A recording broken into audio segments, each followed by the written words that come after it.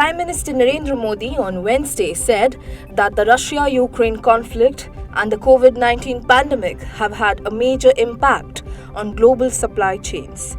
Virtually addressing the plenary session of the 7th Eastern Economic Forum being held in Russia's Vladivostok, he said, "In today's globalized world, events in one part of the world create an impact on the entire world. Food grain, fertilizer and fuel shortages are a matter of great concern for developing countries. From the very beginning of the Ukraine conflict, we have emphasized the need to adopt the path of diplomacy and dialogue." The Union Cabinet has approved the Pradhan Mantri Schools for Rising India or PM-SHRI Yojana.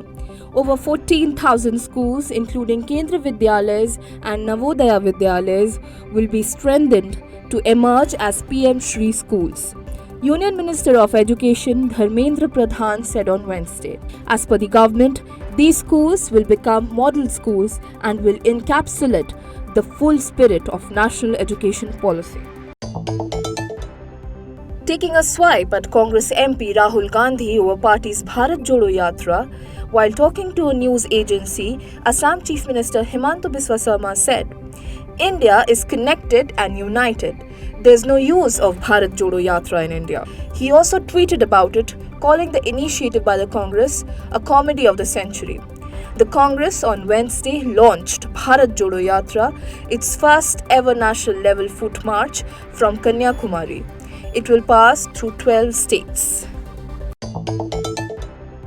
The BJP on Wednesday slammed Bihar Chief Minister Nitish Kumar for being opportunistic.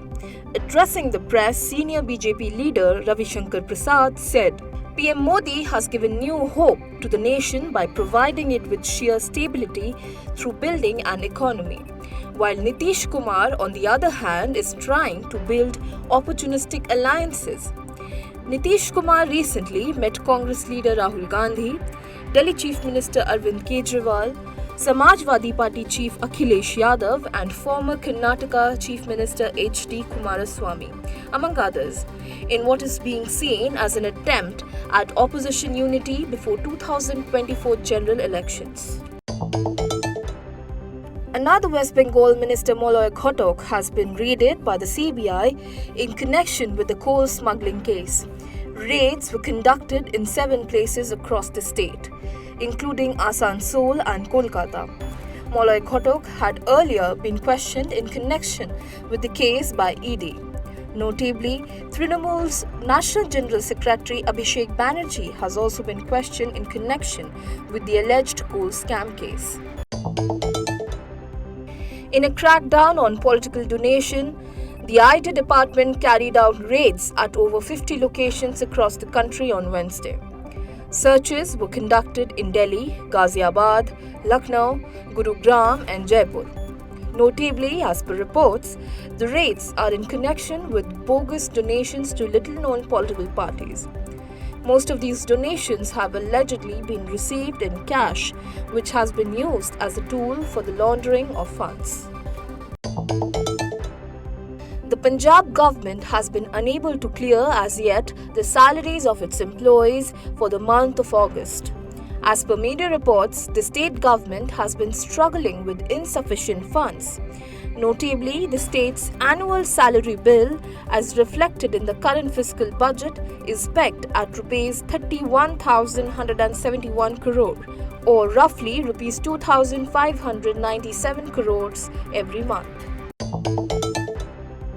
The Delhi government has extended the ban on manufacturing, storing, sale and bursting of firecrackers till 1st January 2023, in continuation of last year's guidelines to contain the pollution. There will be a ban on online sale of firecrackers as well. An action plan will be drawn up with Delhi Police, Delhi Pollution Control Committee and Revenue Department to ensure strict enforcement of the ban, as per Delhi Environment Minister Gopal Rai.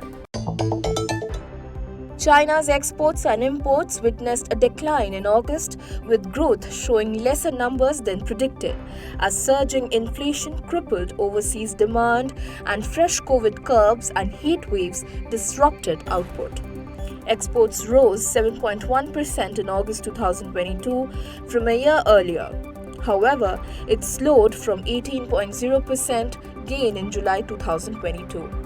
Also, growth in world's second largest economy fell to 2.5% in the first half of 2022, less than half the ruling Communist Party's 5.5% annual target.